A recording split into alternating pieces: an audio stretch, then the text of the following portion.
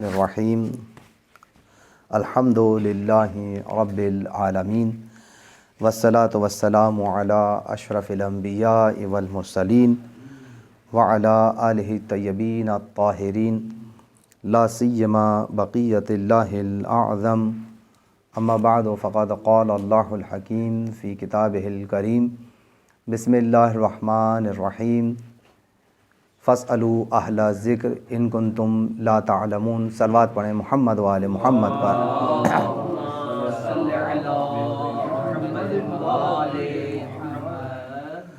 عزیزان محترم، نہایت اختصار کے ساتھ وقت کا لحاظ کرتے ہوئے اور آپ کے قیمتی وقت کا اس وقت احساس کرتے ہوئے بہت ہی مختصر گفتگو ہے اور اس میں آپ کی خاص توجہ مطلوب ہے۔ اگر آپ میرے ساتھ توجہ فرمائیں گے تو انشاءاللہ کم وقت میں ہم اپنے مطالب کو، اپنے عرائض کو آپ کی خدمت پیش کرنے میں کسی حد تک کامیاب ہوں گے۔ ایک صلوات پڑھیں محمد و آل محمد۔ اللہم صل علی محمد و آل محمد۔ خداوند عالم کا بنی نوع انسان پر، عالم بشریت پر ایک بہت بڑا احسان یہ ہے کہ اس نے ہمیں انسان پیدا کیا۔ عدم سے اس نے ہمیں وجود عطا کیا۔ یہ خود ایک بہت بڑا پروردگار کا ایک احسان تھا، اور پھر اس کے اوپر اس نے کرم یہ کیا کہ ہمیں وجود جب عطا کیا تو جمادات کا حصہ نہیں بنایا۔ جب اس نے ہمیں وجود عطا کیا تو اس نے ہمیں نباتات کی ہریالی میں نہیں چھپایا۔ جب اس نے ہمیں وجود عطا کیا تو ہمیں حیوانی زندگی نہیں دی کہ ہم ادھر ادھر بھٹکتے پھریں، بلکہ پروردگار عالم نے ہمیں انسان بنایا اور انسان رہنے کی تلقین کی۔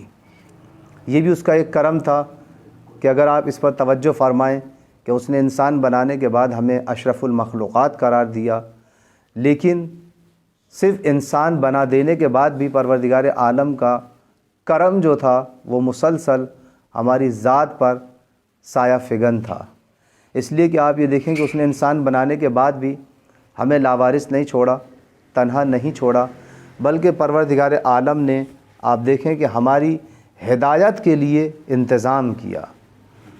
ہمارا وجود یہ خدا کا ایک کرم تھا، اور پھر اس وجود کی ہدایت کا انتظام کرنا، اسے یوں کہا جائے کہ کرم برائے کرم ہے یہ۔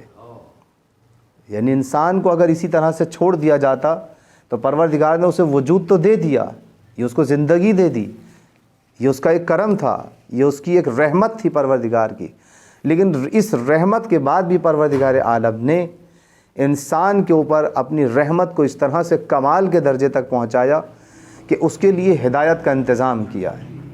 انبیاء بھیجے، صرف انبیاء بھیجنے پر اکتفا نہیں کیا، بلکہ کتاب بھی بھیجی، صحیفے بھی بھیجے، تاکہ جو انبیاء آئے ہیں وہ ایک دستور العمل دے کر جائیں۔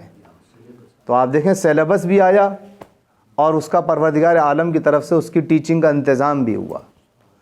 تو بس فرق یہ ہے کہ جنہوں نے وہاں کے سیلیبس کو تسلیم کیا لیکن استاد وہاں کا نہ مانا، تو پھر کتاب کو وہ اسی طرح سے سمجھے جس طرح سے ہم عام کتابوں کو سمجھنے کی کوشش کرتے ہیں۔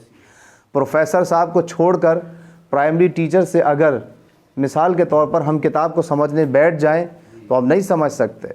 قرآن کریم پروردگار عالم کی وہ آفاقی کتاب تھی کہ جسے سمجھنے کے لیے ویسا ہی استاد چاہیے کہ جو قرآن کریم کے علم سے واقف ہو۔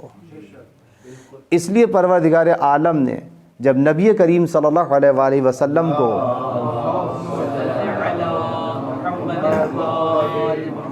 نبی مرسل بنا کے بھیجا، ہادی برحق بنا کے بھیجا، تو ایک امتیازی خصوصیت رکھی ہے نبی کے ساتھ۔ وہ کیا ہے؟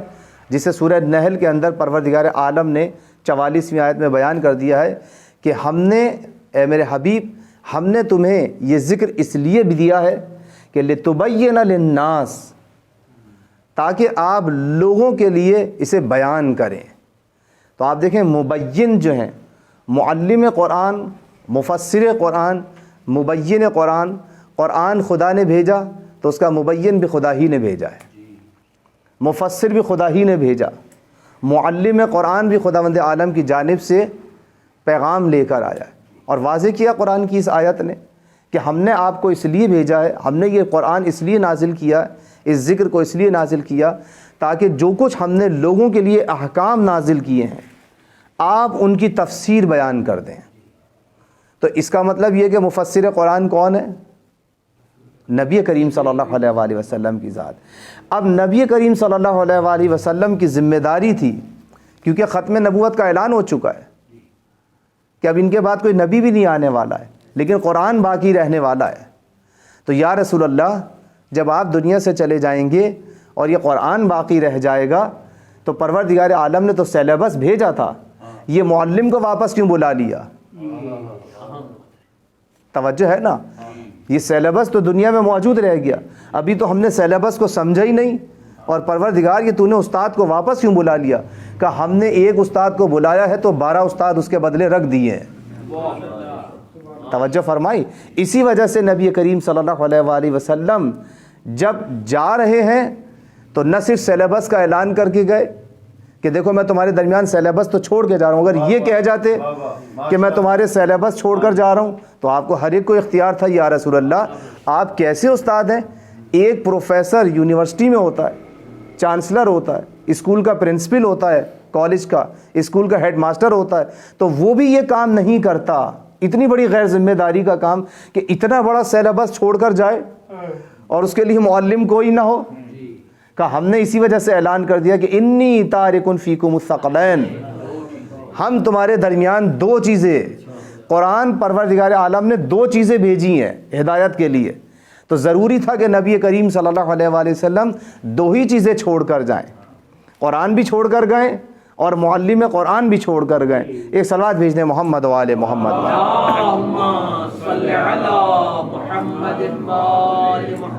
اور اس کے لیے واضح طور پر آپ دیکھیں کہ جو آیت میں نے سرنامہ کلام قرار دی ہے سورہ نحل کی آیت نمبر 43، فَاسْأَلُوا أَهْلَ الذِّكْرِ إِن كُنتُمْ لَا تَعْلَمُونَ، کہ تم اہل ذکر سے سوال کرو۔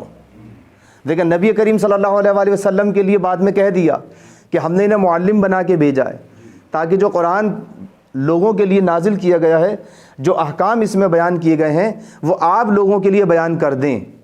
اور لوگوں کو حکم کیا دیا ہے؟ فَاسْأَلُوا أَهْلَ الذِّكْرِ، اہل ذکر سے پوچھو۔ اہل ذکر کون ہے؟ تو قرآن ہی بتائے گا نا، یا قرآن بتائے یا معلم قرآن بتائے۔ اس لیے کہ پہلا حکم اسی آیت کے ساتھ دیکھیں اٹیچ ہوا ہوا ہے کہ فَاسْأَلُوا کے ساتھ ہے نا، تم نہیں جانتے مبین قرآن کون ہے، مفسر قرآن کون ہے۔ پہلے مفسر قرآن کا اعلان ہم نے کر دیا، دوسرے مفسر قرآن کا اعلان پہلا معلم کر کے جائے گا۔ توجہ فرمائی آپ نے۔ اسی وجہ سے آپ دیکھیں کہ انبیاء علیہ السلام کی جو میراث ہے جسے علم کہتے ہیں وہ کس کے پاس ہے؟ سارے نبیوں کی میراث پیغمبر اکرم صلی اللہ علیہ وآلہ وسلم ہے، اور پیغمبر اس میراث کو کس کے حوالے کر کے جا رہے ہیں؟ اپنے اہل بیت علیہ السلام کے، مولائے کائنات کے، امام حسن علیہ السلام کے، امام حسین علیہ السلام کے، اور ایک نہیں اپنے بعد 12 ہادی چھوڑ کے جا رہے ہیں، 12 معلم چھوڑ کے جا رہے ہیں۔ ہر زمانے کا معلم اپنے زمانے کے اعتبار سے شاہکار عالم بھی ہے اور شاہکار معلم بھی ہے۔ نہ اس جیسا کوئی عالم دنیا میں، نہ اس جیسا معلم کوئی دنیا میں۔ یعنی آپ دیکھیں بہت سارے لوگ عالم تو ہوتے ہیں، بہترین معلم نہیں ہوتے، بہت سے بہترین معلم ہوتے ہیں لیکن بہترین عالم نہیں ہوتے۔ لیکن پروردگار عالم نے دونوں خصوصیات اس عالم کے اندر رکھی، جسے معلم بھی بنایا اور عالم بھی بنایا۔ اسی لیے نبی کریم صلی اللہ علیہ وآلہ وسلم نے فرمایا کہ اولنا محمد، آخرنا محمد، اوسطنا محمد وکلنا محمد، ہم سب کے سب عالم بھی ہیں، ہم سب کے سب معلم بھی ہیں۔ ایک صلوات بھیج دیں محمد و آل محمد۔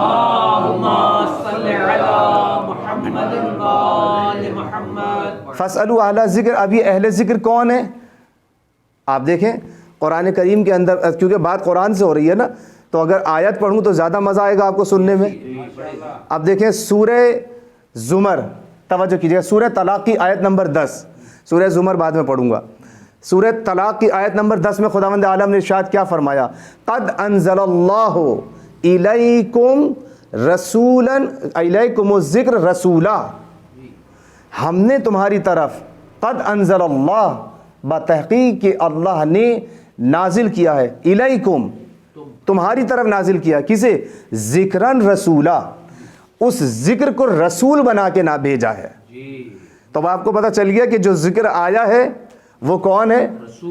قرآن کریم نے جس میں یہ کہا کہ فَاسْأَلُوا أَهْلَ الذِّكْرِ، پروردگار یہ اہل ذکر ہیں کون؟ کہا تمہیں نہیں معلوم، ہم نے ذکر ہی کو تو رسول بنا کے بھیجا تھا. تو رسول اعظم کون ہے؟ نبی کریم کی ذات ہے. تو پتہ چل گیا قرآن کی آیت میں کہ نبی کریم ہی ذکر ہیں. اور اہل ذکر کون ہوں گے؟ جو نبی کے اہل ہیں. اسی لیے امام صادق علیہ السلام مولا ارشاد فرماتے ہیں کہ نحن اہل الذکر، ہم اہل ذکر ہیں. نحن اہل العلم، ہم اہل علم ہیں. ہم سے پوچھو جو پوچھنا ہے، ہم اہل علم ہیں. ہمارے پاس نبیوں کا علم ہے، ہمارے پاس رسول اللہ صلی اللہ علیہ وآلہ وسلم کی تلوار ہے، ہمارے پاس انبیاء کی میراث ہے. جناب سلیمان کی انگوٹھی ہمارے پاس ہے، جناب موسیٰ علیہ السلام کی الواح ہمارے پاس ہیں. تو انبیاء کی میراث کس کے پاس ہے؟ نبی کریم صلی اللہ علیہ وآلہ وسلم کے اہل کے پاس، اہل بیت علیہ السلام کے پاس. ایک صلوات بھیج دیں محمد و آل محمد. اور پھر دیکھیں اب سورہ زمر کے اندر خداوند عالم نے ارشاد فرمایا قل هل يستوي الذين يعلمون والذين لا يعلمون، کہ جو کیا وہ لوگ، اے میرے حبیب کہہ دیجئے ان لوگوں سے، کیا وہ لوگ کہ جو جانتے ہیں ان لوگوں کے برابر ہو سکتے ہیں جو نہیں جانتے؟ انما یتذکروا اولو الالباب. اور اس بات کو اولو العلم جو ہیں، اولو الالباب جو ہیں، اولو الالباب کسے کہتے ہیں؟ اولو الالباب یعنی صاحبان عقل، صاحبان عقل. اس بات کو صاحبان عقل بہتر سمجھتے ہیں اور وہ جانتے ہیں. کس بات کو؟ کہ عالم اور غیر عالم برابر نہیں ہو سکتے. اب دیکھیں یہاں پر امام صادق علیہ السلام مولا ارشاد فرماتے ہیں، ایک صلوات بھیج دیں محمد و آل محمد پر. کہ یہاں پہ یعلمون سے مراد ہم اہل بیت ہیں، اور لا یعلمون سے مراد ہمارے مخالفین اور ہمارے دشمن ہیں. تو مولا یہ اولو الالباب کون ہے جو اس بات کو سمجھتے ہیں؟ کہ اہل العلم سے مراد کون ہے؟ وہ ہم ہیں یعلمون. اور لا یعلمون سے مراد کون ہے؟ ہمارے مخالفین اور ہمارے دشمن. تو اولو الالباب کون ہے؟ کہ یہ ہمارے شیعہ اور ہمارے چاہنے والے ہیں جو اس بات کو بہتر سمجھتے ہیں اور جانتے ہیں کہ عالم اور غیر عالم برابر نہیں ہو سکتے. یہی وجہ ہے کہ دنیا، آپ دیکھیں دنیا نے غیر عالموں کے پیچھے چلنا شروع کر دیا، لیکن جب مومنین چلے تو اس کے پیچھے چلے کہ جو شہر مدینۃ العلم، جو شہر علم کا دروازہ ہے، جس کے بارے میں نبی کریم صلی اللہ علیہ وآلہ وسلم ارشاد فرما رہے ہیں کہ انا مدینۃ العلم وعلی بابھا. ایک صلوات بھیج دیں محمد و آل محمد پر.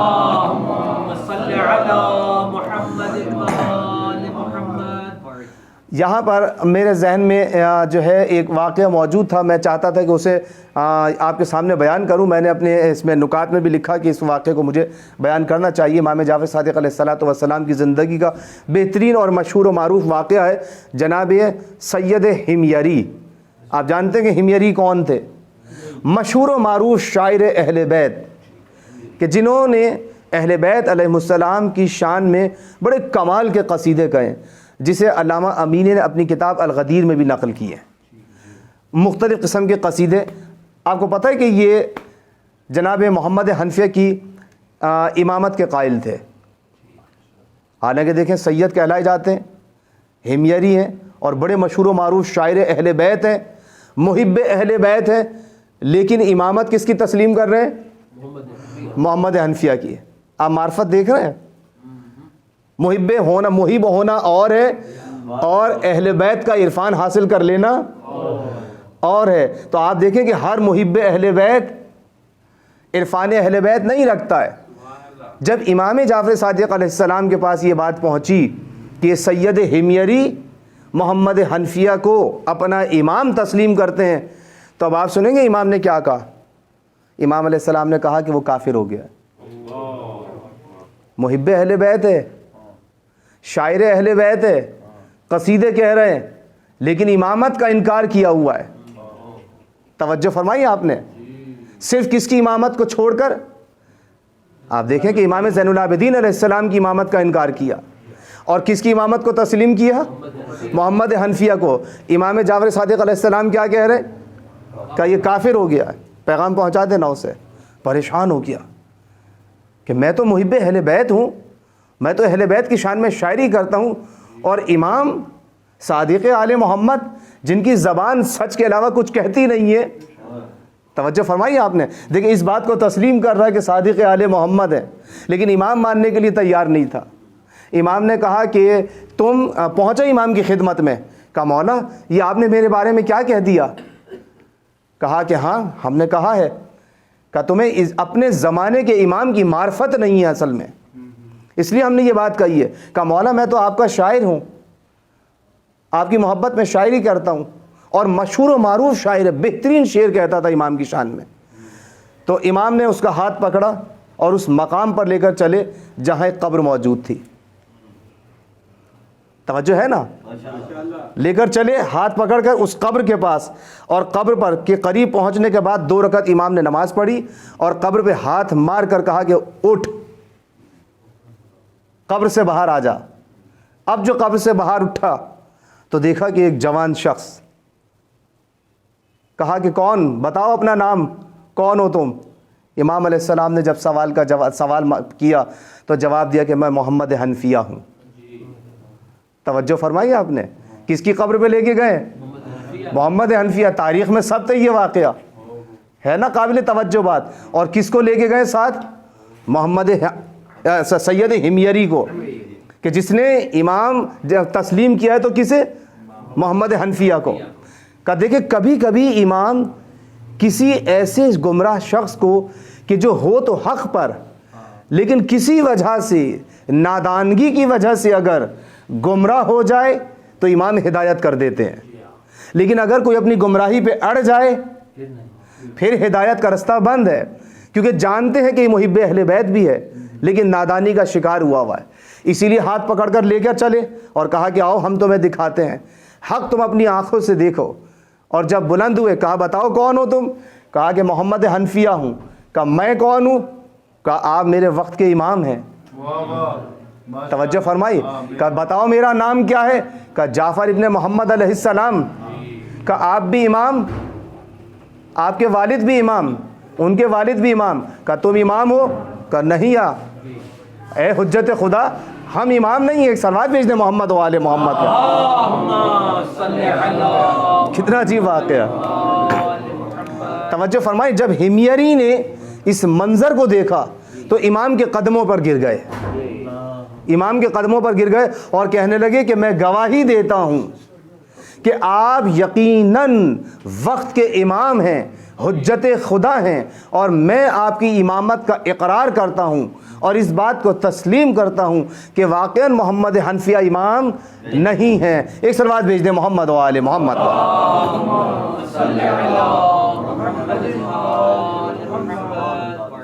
توجہ فرمائے، دیکھیں یہ وہ مناظر ہیں تاریخ کے اندر کہ جو یہ کہتے ہیں نا کہ یہ کچھ کر نہیں سکتے۔ امام علیہ السلام، اگر آپ اس واقعے کو مختلف پہلوؤں سے دیکھیں، مختلف زاویوں سے اگر اس واقعے کے اوپر آپ نگاہ ڈالیں تو آپ کو حیرت ہوگی کہ امام کا اختیار کہاں کہاں پر ہے۔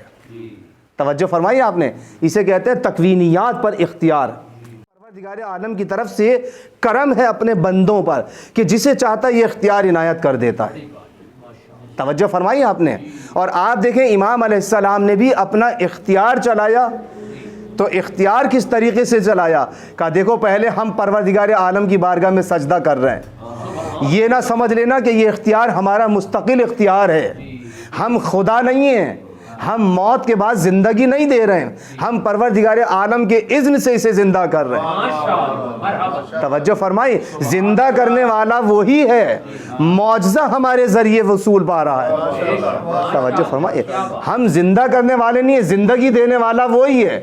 اسی نے اسے مارا ہے, وہی اسے زندہ کرے گا اور وہی دوبارہ اسے واپس پلٹا دے گا. لیکن چونکہ اس وقت پروردگار عالم کی امامت کا, حجت خدا کا حق ثابت کرنا ہے, تو پروردگار یہ چاہتا ہے کہ یہ معجزہ ہمارے ذریعے تمہاری آنکھوں کے سامنے رونما ہو جائے. ایک صلوات بھیج دیں محمد و آل محمد.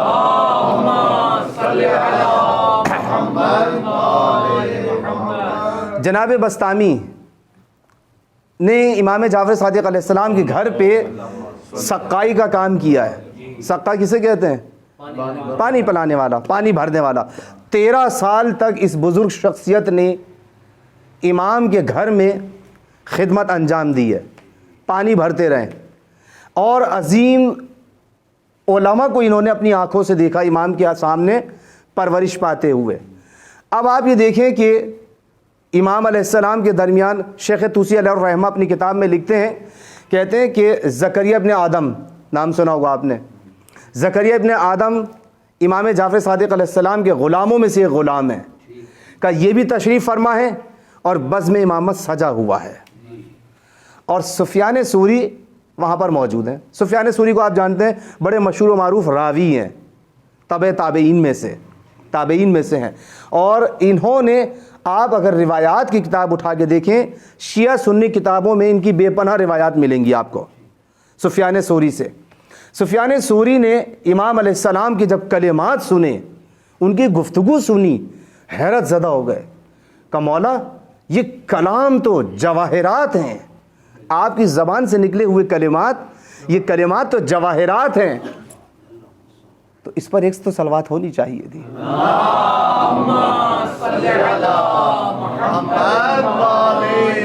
اب توجہ فرمائیں کہ دیکھیں, اس نے تو امام کے کلمات کی ارزش اور قیمت کو محسوس کیا, تو کیا جملہ کہا کہ مولا آپ کے کلمات تو جواہرات ہیں. اب مولا نے دیکھیں کیا جواب دیا, کہا تم جواہرات کہتے ہو, تمہیں پتہ ہے کہ جواہرات تو پتھر ہوتے ہیں, جواہرات تو پتھر ہوتے ہیں, ہمارے کلمات جواہرات سے کہیں زیادہ بلند ہیں. توجہ فرمائی آپ نے, یعنی کتنا بلند لے کے گئے امام علیہ السلام اپنے کلام کو, کہ تمہیں معرفت ہونی چاہیے کہ ہمارے کلمات جو ہیں, ہماری زبان سے نکلے ہوئے الفاظ گویا پیغمبر اکرم صلی اللہ علیہ وآلہ وسلم کے کلمات ہیں. ایک صلوات بھیج دیں محمد و آل محمد.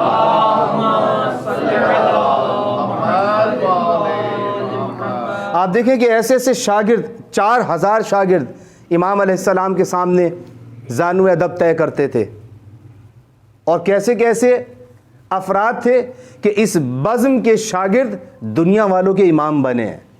آپ یہ دیکھیں کہ امام جعفر صادق علیہ السلام کے زمانے میں منصور دوانقی نے ایک عجیب کام کیا. پلاننگ کرتا رہا کہ لوگوں کو امام جعفر صادق علیہ السلام سے دور کر دیا جائے. تقریر میری یہیں ختم ہو جائے گی. لوگوں کو دور کر دیا جائے. مختلف حربے استعمال کیے, مختلف ہتھ کنڈے استعمال کیے, مختلف طریقے استعمال ہو رہے تھے, مختلف لوگ استعمال ہو رہے تھے. توجہ کیجئے گا, مختلف لوگ استعمال ہو رہے تھے. اب کیا اعلان کر دیا حکومت نے, منصور دوانقی نے اعلان کر دیا کہ جو شخص بھی امام جعفر صادق علیہ السلام سے جا کے سوال کرے گا اسے 1 دینار دینا پڑے گا, جرمانہ. دیکھ رہے ہیں آپ کیسے, جو بھی امام کے پاس گیا, مثال کے طور پہ یہ اعلان کر دیا جائے کہ جو بھی آغا صاحب کے پاس جائے گا اسے جرمانہ دینا پڑے گا, اور جو بھی فلاں پارک میں جا کے وہاں پہ جا کے فلاں آدمی سے سوال کرے گا اسے 1 دینار انعام ملے گا. تو بتائیے رش کہاں لگے گا؟ جہاں ملے گا. تو یہی اعلان آپ دیکھیں منصور دوانقی نے کر دیا, اور کہا کہ جو امام جعفر صادق علیہ السلام سے سوال کرے گا اسے 1 دینار دینا پڑے گا. آپ دیکھیں امام نے یہی جواب دیا کہ پہلے ادھر جاؤ, ادھر سے دینار لیتے آؤ, اور ادھر جب آؤ یہاں سے دین لیتے جاؤ. صلوات بھیج دیں محمد و آل محمد.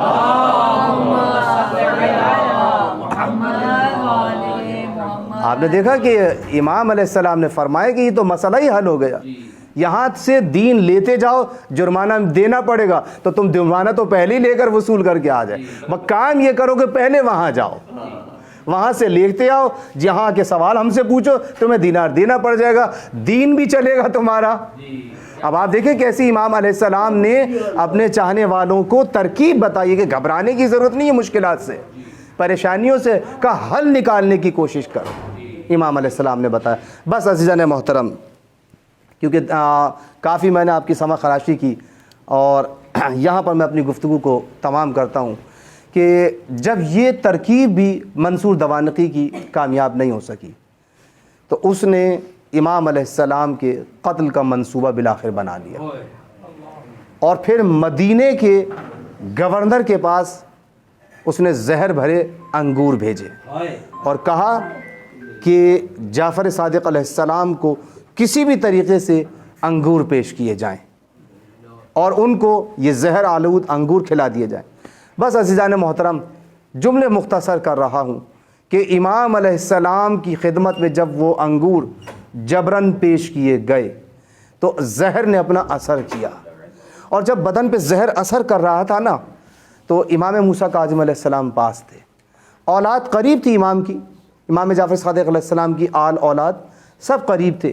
امام کی شہادت واقع ہوئی، اور امام کو توجہ کیجیے گا، جب شہادت کا وقت بالکل قریب آیا تو امام نے اپنے سارے خاندان والوں کو جمع کیا اور وصیتوں کا سلسلہ شروع ہوا۔ امام علیہ السلام نے، آپ کو معلوم ہے کہ آخری وقت پہ کیا وصیت کی ہے؟ ایک عجیب وصیت کی ہے امام علیہ السلام نے، کہا کہ دیکھو اے میرے چاہنے والوں، اے میری آل اولاد، اے میرے بیٹوں، اے میری بیٹیوں، ہمارے چاہنے والوں تک یہ پیغام پہنچا دینا، تمہارے لیے بھی یہ پیغام ہے، وصیت ہے، اور ہمارے چاہنے والوں کا تک بھی یہ پیغام پہنچا دینا۔ وہ کیا ہے کہ دیکھو، نماز کو کبھی ہلکا مت سمجھنا، نماز کو کبھی فراموش مت کرنا، نماز کو کبھی ترک مت کرنا، نماز کو ہلکا مت سمجھنا، اس لیے کہ نماز کو ہلکا سمجھنے والے کے لیے ہماری شفاعت نہیں پہنچے گی۔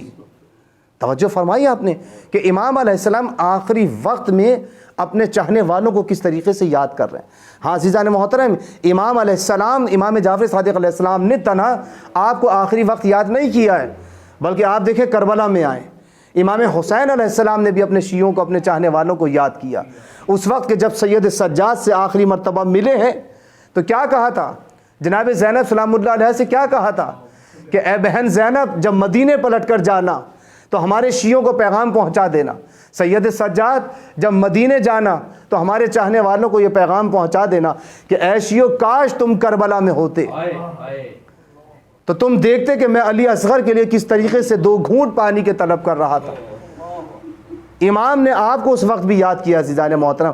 بس آپ دیکھیں کہ غسل و کفن ہوا امام علیہ السلام کا، خاندان والے جمع ہوئے، آل اولاد جمع ہوئی، امام جعفر صادق علیہ السلام کا جنازہ تیار ہوا، اور جنازہ بڑی شان و شوکت کے ساتھ اٹھا۔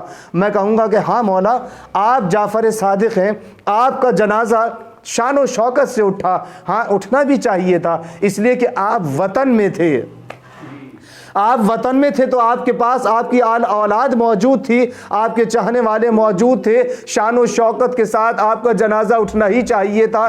لیکن ہائے وہ غریب الوطن حسین کا لاشا کس طرح سے بے گور و کفن پڑا رہا، اولاد موجود بھی تھی۔ توجہ فرمائیے عزیزان محترم، امام سجاد علیہ السلام آئے بھی تو باپ کے لاشے پر کس انداز سے آئے تھے کہ ہاتھوں میں ہتھکڑیاں تھی، پاؤں میں بیڑیاں تھی، گلے میں خاردار توق تھا۔ ارے باپ کے لاشے کو دفناتے بھی تو کیسے دفناتے؟ میں کہوں گا ہاں، غریب الوطنی ایسی ہی ہوتی ہے۔ جب غربت کا ذکر آیا تو مجھے زندان شام کی وہ غربت یاد آئی عزیزان محترم، کہ جب ایک بچی کا عالم غربت میں جنازہ پڑا ہوا ہے، سید سجاد ہیں اور عالم غربت ہے، ارے بچی کو دفنائے تو کیسے دفنائے؟ جناب زینب نے جب بچی کو پلٹ کر دیکھا تو جان جا چکی تھی۔ عزیزان محترم، وہ غربت میں کس طریقے سے سید سجاد نے قبر میں بچی کو اتارا۔ بابا آپ اپنی امانت کو لے لیجئے۔ سيعلم الذين ظلموا أي منقلب ينقلبون